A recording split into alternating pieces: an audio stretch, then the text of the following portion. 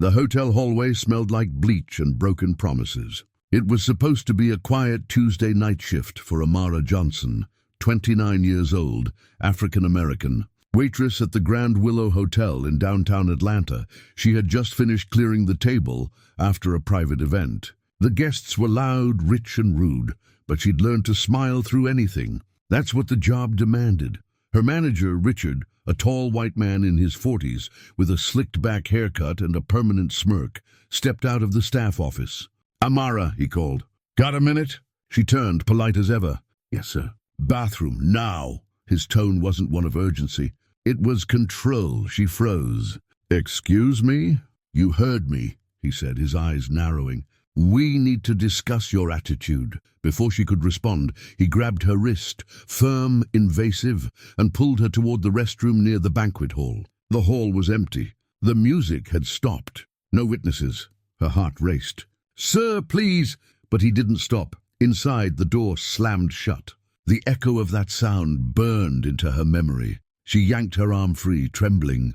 "What are you doing?" she demanded, voice shaking. He stepped closer. "You think you can talk to guests like that? You're just—" His words cut like knives. "Another black girl lucky to be here." Her throat tightened. She wanted to scream, but her body froze in fear, and just as he leaned closer, a voice thundered from behind the door. "Richard!" Her heart stopped. The door flew open. Standing there was Malik Johnson, her husband, dressed in a tailored grey suit, eyes cold as steel. The man was a respected civil rights lawyer, known for taking on cases exactly like this. Richard's face turned pale. He stammered, Who are you?" Malik's voice was calm, terrifyingly calm. "The man you should have never crossed." The silence was heavy. Every second stretched forever. If you're watching this right now, tell me where you're from in the comments, and hit that like button and subscribe for more real-life stories that expose injustice, because what happened that night, it didn't just end in that bathroom. It turned into a storm that would shake the entire hotel to its core. 3 weeks earlier, Amara's morning started with the same rhythm. Coffee, gospel music, a quiet kiss on Malik's cheek before he headed to court. They lived in a small apartment on the south side of Atlanta. Nothing fancy, but filled with peace and love. Amara loved her job at the Grand Willow Hotel. At least she used to. The pay wasn't great, but it helped her support her mom, who'd been sick for months. She was proud of her work. She smiled for every guest, remembered every regular's order, and worked extra shifts whenever someone called in sick. But in the hotel's back hallways, the ones guests never saw, she faced a different world.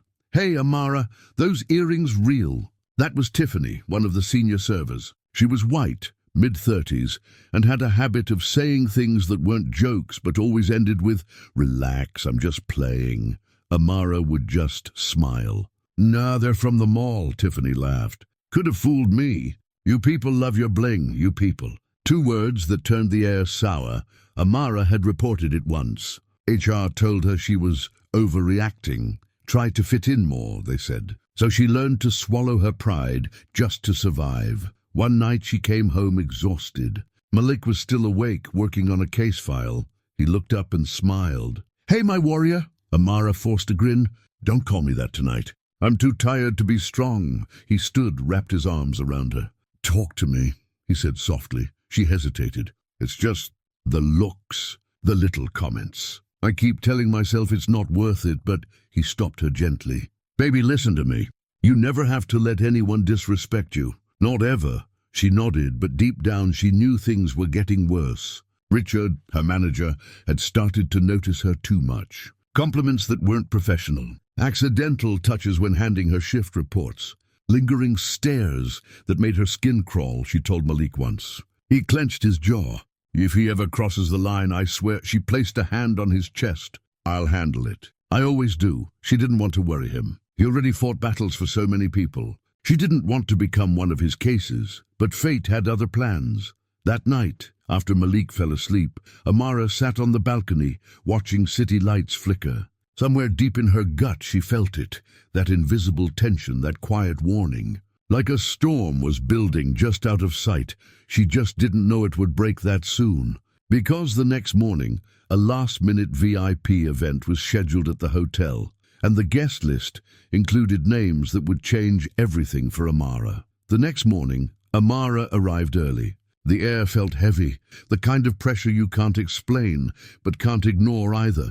The hotel lobby gleamed.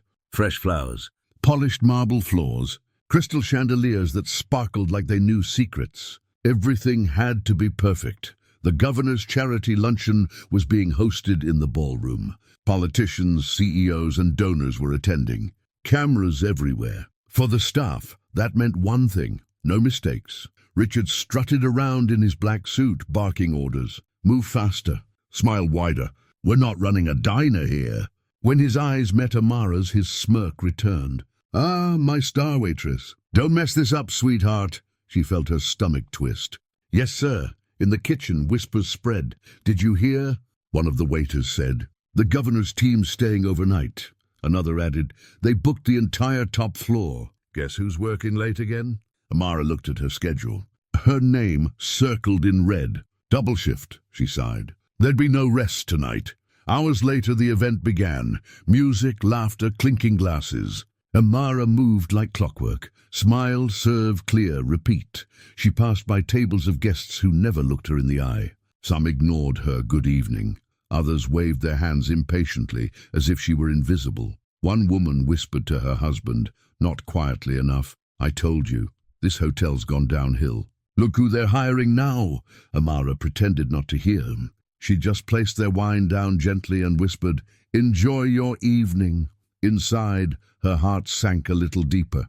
Back at the staff corridor, Richard caught her arm as she passed. You're doing fine, he said, leaning too close. The smell of whiskey clung to his breath. But you could smile more. You look prettier that way, Amara pulled back. Please don't touch me, sir. His grin widened. Relax, you people are so sensitive these days. Her hands tightened around the tray.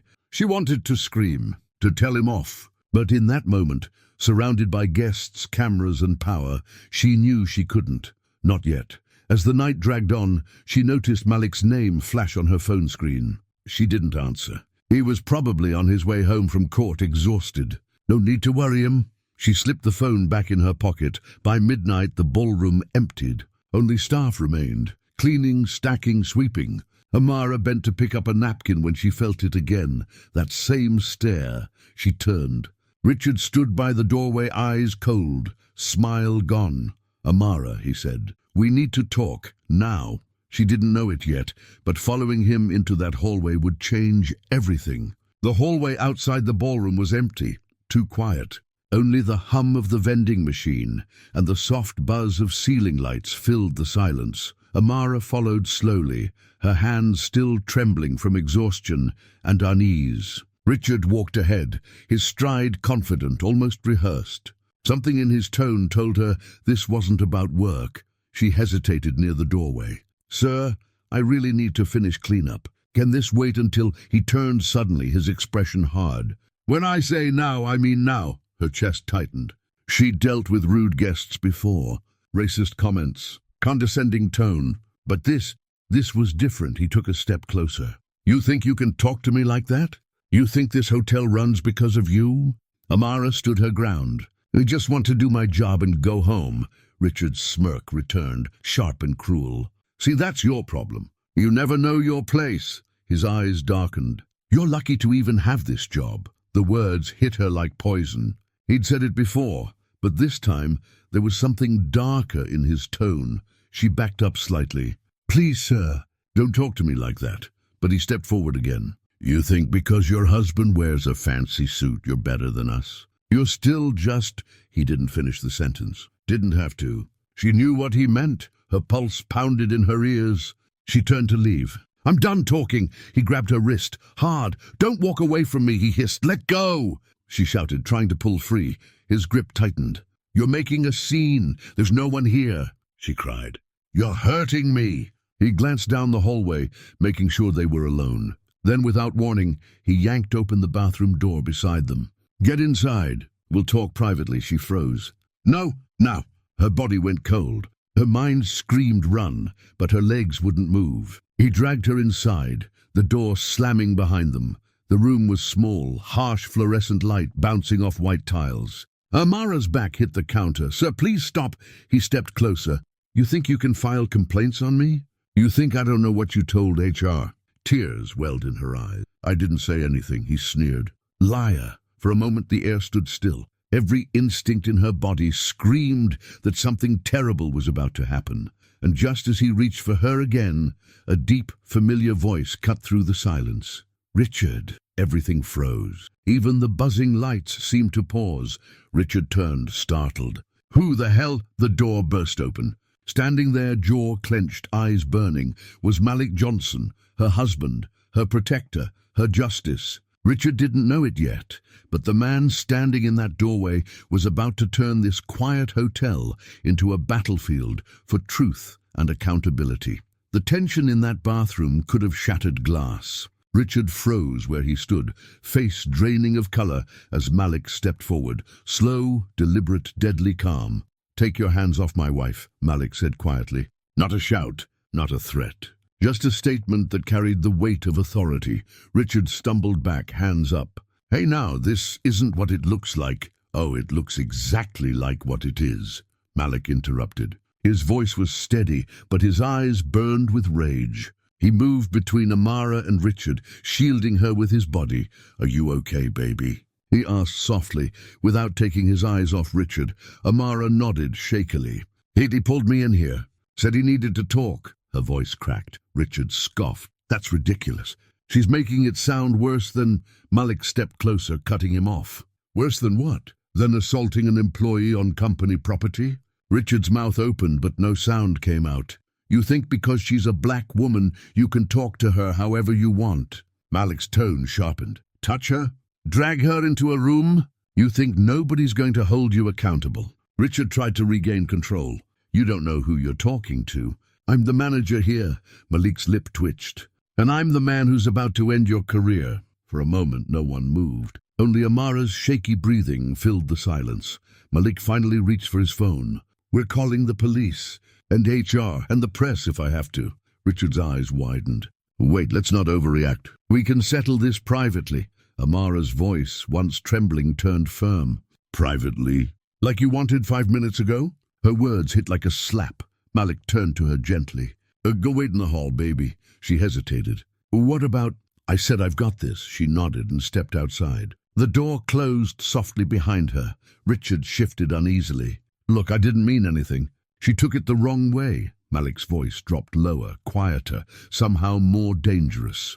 "You laid your hands on her. You humiliated her. And now you want to gaslight your way out of it." He took another step forward.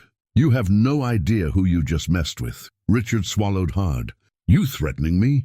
Malik smiled, the kind of smile that wasn't friendly at all. "No, I'm promising you."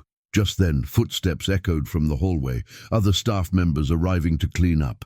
Richard straightened, trying to regain composure.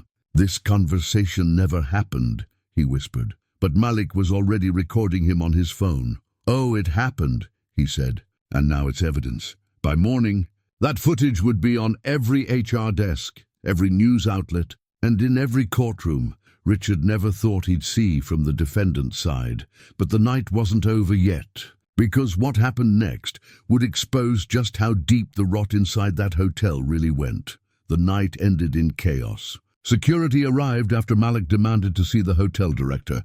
Staff whispered in corners, pretending not to stare. The once perfect lobby now buzzed with tension, like the whole building could feel what had just happened. Amara sat on a velvet chair in the corner, her hands trembling, eyes glassy.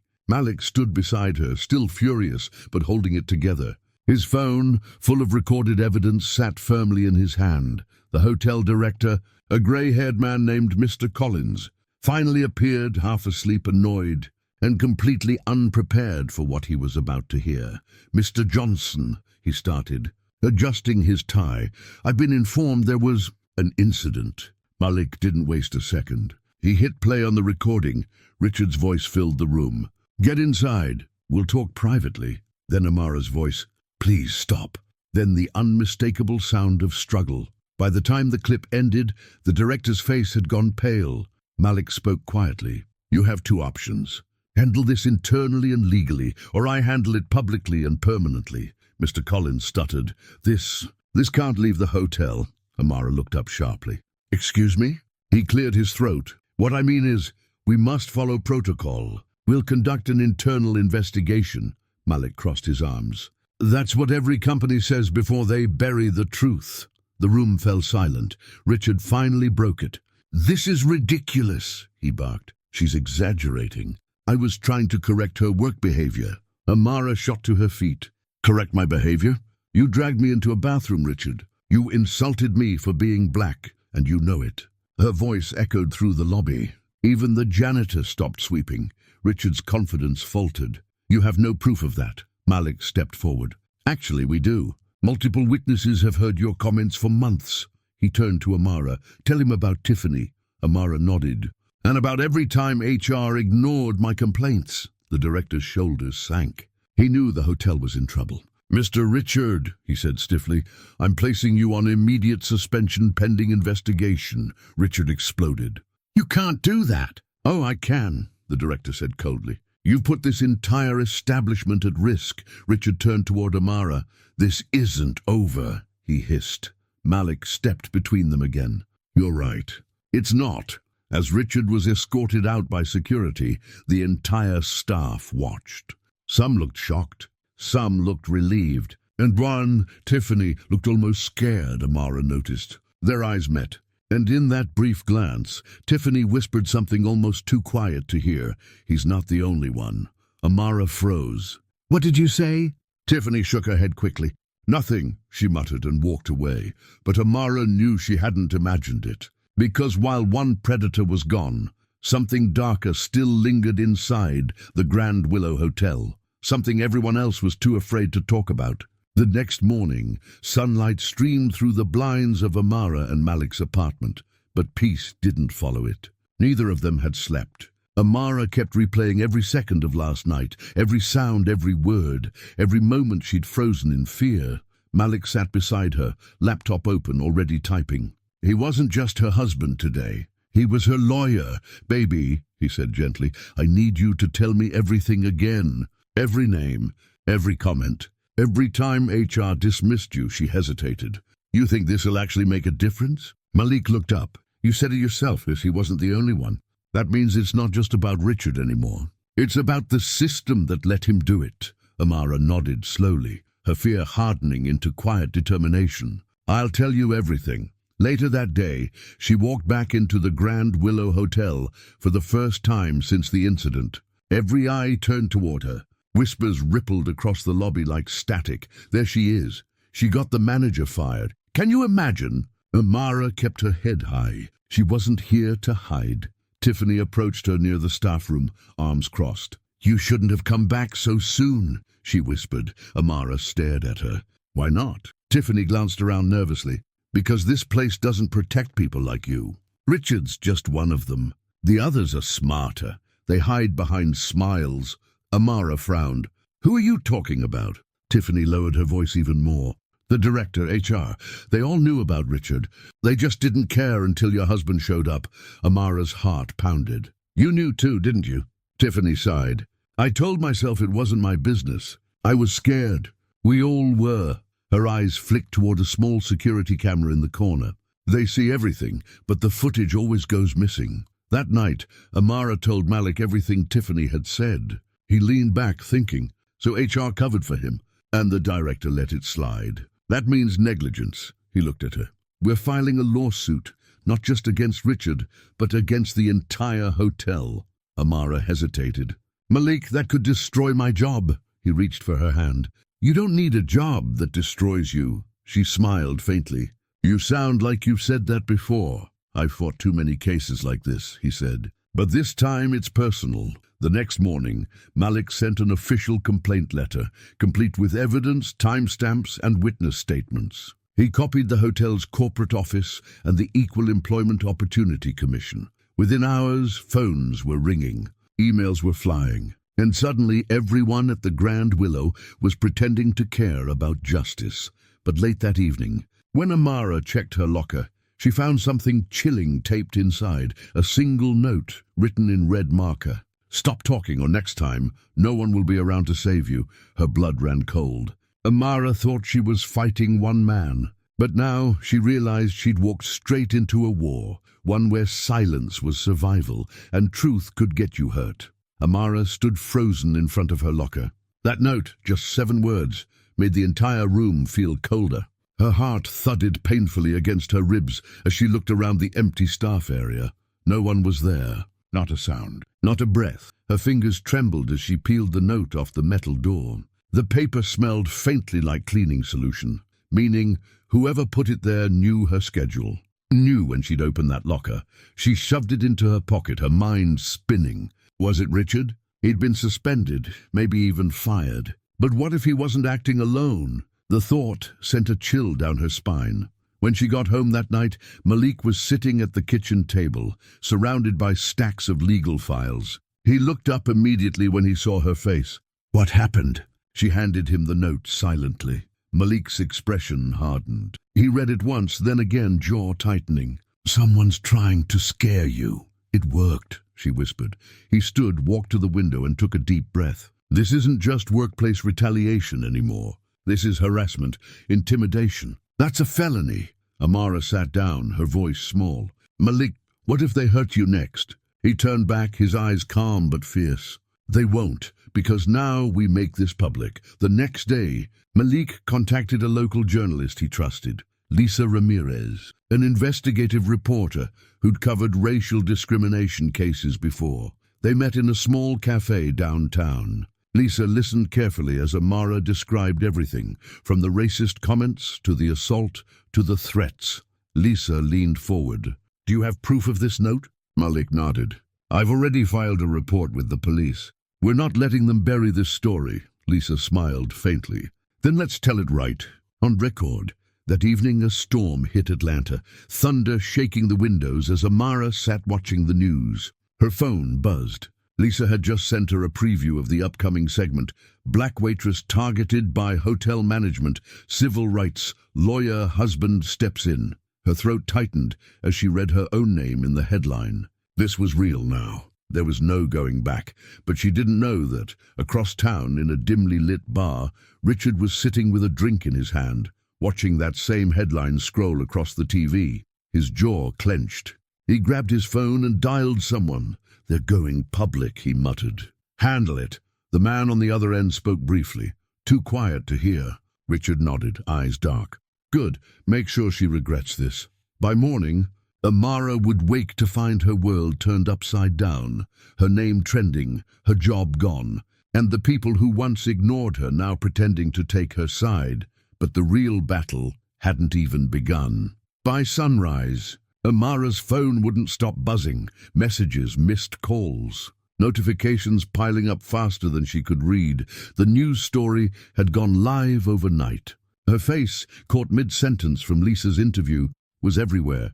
Twitter, Facebook, local news, even Reddit threads with titles like "Brave Waitress Exposes Racist Hotel Manager. Husband is a Civil Rights Lawyer." She scrolled through the comments, her stomach twisting. Some were supportive. "Proud of her for speaking up. We need more people like Amara," but others were vicious. "She's lying for attention. Another race baiter trying to get rich. Bet her husband coached her story." Her eyes blurred. No matter how thick your skin is, those words cut deep. Malik came up behind her, setting down a mug of coffee. "Don't read them," he said softly. "They'll poison your peace," she sighed. "I wanted people to know the truth. I didn't expect them to hate me for it." He knelt beside her chair. "The truth always divides people, but you didn't do this for their approval. You did it for every person who's been too scared to speak." She nodded, wiping a tear. But then her phone buzzed again, this time a call from Mr. Collins, the hotel director. She hesitated, then answered. "Amara Johnson speaking." His voice was tense. "You need to take that story down.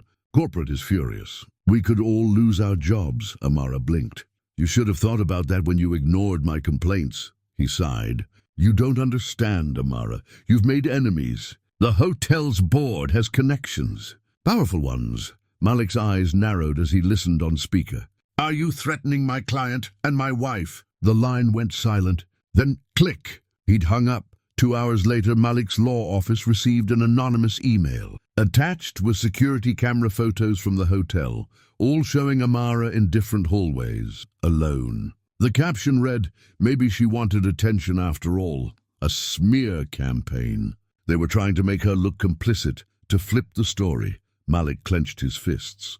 They're desperate. That means we're close to something. Amara leaned forward. What if we already have everything we need? He looked at her, curious. She explained, Tiffany told me about missing footage from the hotel cameras. If we can prove they deleted files after the assault, that's obstruction. Malik smiled for the first time that day. Now you're thinking like a lawyer. That night, Malik filed a court subpoena for the hotel's surveillance data. Within 24 hours, corporate legal teams started calling. They wanted a settlement, quietly, but Malik refused. This isn't about money, he told them. It's about accountability. Then, just as things started moving their way, Malik's phone buzzed with a text from an unknown number. It read, "If you keep digging, you'll both disappear." Amara looked at him, fear creeping back into her chest. Malik, what if they mean it? He stared at the message for a long moment before replying. Then they're even more afraid of the truth than we thought. The walls around the Grand Willow Hotel were starting to crack, and the truth buried inside was about to spill out for everyone to see. But before that happened, someone was going to get hurt. Rain poured over Atlanta like the sky itself was furious.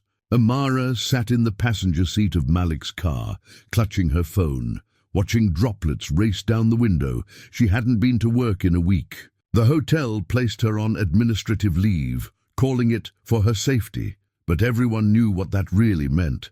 Silence her until the storm blows over. Except this time. The storm was only getting stronger.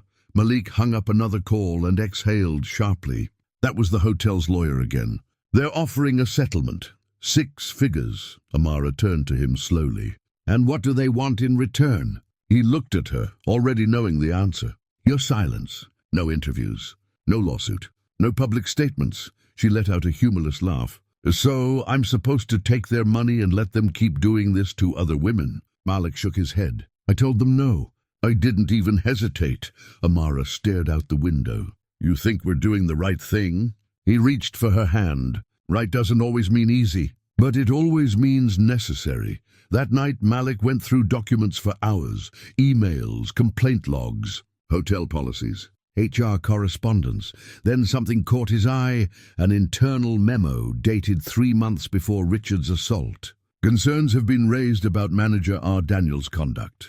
Recommend quiet transfer if incidents persist. Malik frowned. Quiet transfer. That meant they knew. They'd known for months. He printed it immediately. This is it, he said. Proof of negligence. Amara walked over, reading it over his shoulder. They covered it up, she whispered. They always cover it up, he nodded. Not this time. The next morning, they arrived at the courthouse to file the official lawsuit. Civil rights violation, racial discrimination, workplace assault, retaliation. As they walked through the marble halls, Amara felt the weight of every woman who'd ever been silenced. This wasn't just her fight anymore. It was theirs too. But just as they reached the clerk's desk, Malik's phone buzzed again. Unknown number. Same one as before. He answered it cautiously. This is Malik Johnson. A distorted voice came through. You should have taken the money, lawyer. The line went dead. Malik's grip tightened on the phone. They're watching us. That night, Amara heard a noise outside their apartment. A car engine idling too long. Headlights that didn't move. She pulled the curtain slightly. A black sedan parked across the street. Windows tinted. Engine still running. Her stomach knotted. Malik, she whispered. Someone's out there. He came to the window, watching quietly for a moment. Then he grabbed his phone and started filming. If they think fear will make us stop, he said. Voice low but steady. They've picked the wrong couple, because by the next sunrise, that black sedan would be gone, but the message it left behind wouldn't be. A brick through their front window. A note tied to it, reading only one word. Enough. The sound of breaking glass still echoed in Amara's mind. She could still feel the chill of that moment. The whoosh of cold air from the shattered window. The fluttering of the note on their living room floor. Malik stood in silence, staring at the single word scrawled in thick black ink. Enough. He picked it up carefully, holding it between two fingers. "Looks like they're scared," he muttered. Amara's voice trembled. "Scared? Malik, they threw a brick through our window. What if they come back?" He set the note on the counter, jaw tight. "Then we make sure the whole world sees who they really are." By morning, their living room was a crime scene. Police officers took photos, bagged the brick, and asked questions Amara barely had the strength to answer. "Anyone you think might want to harm you?" one officer asked. Malik stared him dead in the eye. "You mean besides the hotel that's been trying to silence my wife?" The officer scribbled something down, avoiding eye contact. They both knew this case would end up buried like all the others. Hours later, Malik and Amara sat at the kitchen table. Neither spoke. Just the quiet hum of the refrigerator and the weight of what had just happened. Finally, Amara whispered, "I'm tired of being afraid." Malik nodded slowly. "Then we stop hiding." He grabbed his laptop, opened his email, and typed out a single line. To all media outlets. Subject, the truth about the Grand Willow Hotel.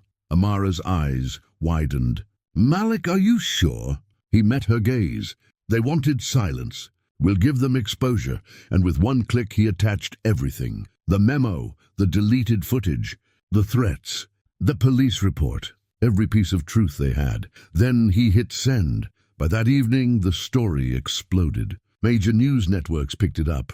Civil rights organizations reposted it. The Justice for Amara trended nationwide. People flooded the Grand Willow's Yelp and TripAdvisor pages with furious reviews. Sponsors began pulling out. Investors demanded answers. The hotel board tried damage control, but it was too late. The truth had finally broken free. Then came the final blow. A video leaked from inside the hotel. Security footage showing Richard Daniels dragging Amara into that bathroom, just like she'd said. Uncut, undeniable. The internet erupted. There was no debate now. No more doubt, Richard Daniels was arrested that night, charged with assault, unlawful restraint, and workplace harassment. When the police called Amara to inform her, she didn't say anything at first. She just looked at Malik, tears streaming down her cheeks. Then she whispered, "It's over." But Malik shook his head softly. "No, baby, it's just beginning, because now the case wasn't just about her. It was about every worker silenced, every woman ignored, every black person told to calm down when they spoke the truth. The trial was coming, and in that courtroom, Amara wouldn't just be a waitress anymore. She'd be the woman who made a racist system tremble. The courtroom buzzed with tension, whispers, cameras, and the heavy scent of polished wood. Amara sat at the plaintiff's table beside Malik, her hands clasped tightly together. She wasn't in her uniform anymore. No apron, no name tag, just a simple navy dress. Calm, dignified, powerful. Across the room sat Richard Daniels, head bowed, flanked by his defense team. But his arrogance was gone. His eyes darted nervously, a man stripped of power and hiding behind excuses. The judge entered. All rise. And just like that, silence fell. The hotel's lawyers tried their best to twist the story. She was mistaken. She misinterpreted his intent. She's trying to profit off the situation, but Malik was relentless. When he stood up to cross-examine Richard, the whole room leaned forward. "Mr. Daniels," Malik said, his tone sharp but calm, "do you remember this moment?" He clicked a remote, and the screen lit up with the security footage. Gasps filled the courtroom. The video showed everything. Richard grabbing her arm, pushing her toward the bathroom, the look of fear on Amara's face.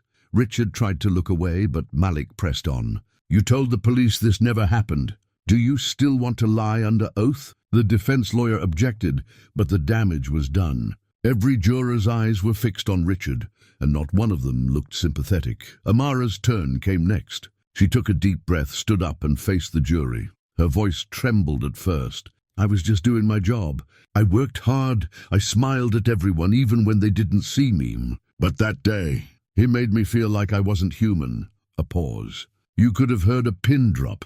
I didn't speak up right away," she continued, "because I thought no one would believe me. But I realized silence protects the abuser, not the victim." She turned to face the judge, her voice steady now. "I'm not here for revenge. I'm here for truth." When she stepped down, Malik reached for her hand. "You were perfect," he whispered, and when the jury returned hours later, the air was thick with anticipation. The foreperson stood. "We, the jury, find the defendant guilty on all counts."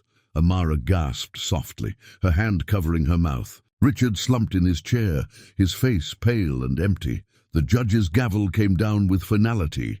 "Mr. Daniels will serve 6 years in prison. The Grand Willow Hotel will pay $2.5 million in damages." Tears rolled down Amara's cheeks. Justice, real justice, had finally come. Outside the courthouse, cameras flashed. Reporters shouted questions. But Amara didn't say a word. She just looked up at the grey sky. The same sky that once mirrored her fear. And this time, she smiled. That night, back home, she stood in front of the mirror, her reflection glowing with quiet strength. "Do you ever regret going public?" Malik asked softly. She shook her head. "I regret waiting so long to believe I mattered," he smiled, wrapping an arm around her shoulders. "You changed more than your life, Amara. You changed theirs too. Racism doesn't always wear a hood. Sometimes it wears a suit and smiles in the lobby. But when truth speaks, even the strongest walls crack. What would you have done in Amara's place? Would you stay silent or stand up, no matter the cost? Share your thoughts in the comments, and don't forget to subscribe for more true stories about courage, justice, and the fight against discrimination.